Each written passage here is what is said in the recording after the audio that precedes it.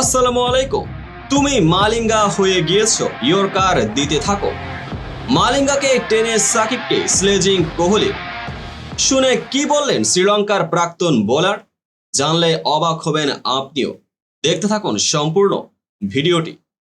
বাংলাদেশের তারকা অলরাউন্ডারকে স্লেজিং করেছিলেন বিরাট কোহলি। দ্বিতীয় দিন কোহলি ও সাকিবের মজার কথোপকথন ভাইরাল হয়ে যায় সোশ্যাল মিডিয়ায়। কোহলি বাংলাদেশ তারকা সাকিবকে বলেছিলেন, তুমি আমার মাল্লি।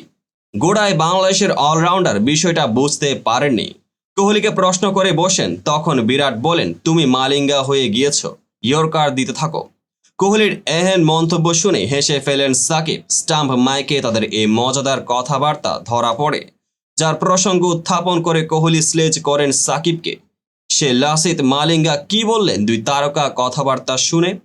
দ্বীপরাষ্ট্রের প্রাক্তন বোলার ইয়র্কার দেওয়ার জন্যই বিখ্যাত ছিলেন। কোহলি আর সাকিবের কথাবার্তা শোনার পর সোশ্যাল মিডিয়ায় লিখেছেন, গ্রেট ব্রাদার।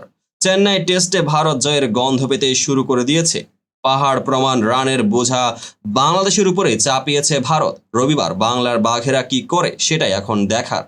তো বন্ধুরা, ভিডিওটি যারা সম্পূর্ণ দেখেছেন সবাইকে অসংখ্য ধন্যবাদ। ভিডিও শেষে কমেন্ট সেকশনে আপনার মতামত জানাতে ভুলবেন না। আর চ্যানেলটিকে সাবস্ক্রাইব এবং পেজটিকে ফলো করে পাশেই থাকবেন, যাতে পরবর্তী ভিডিওর সকল নোটিফিকেশন সরাসরি পেয়ে যান।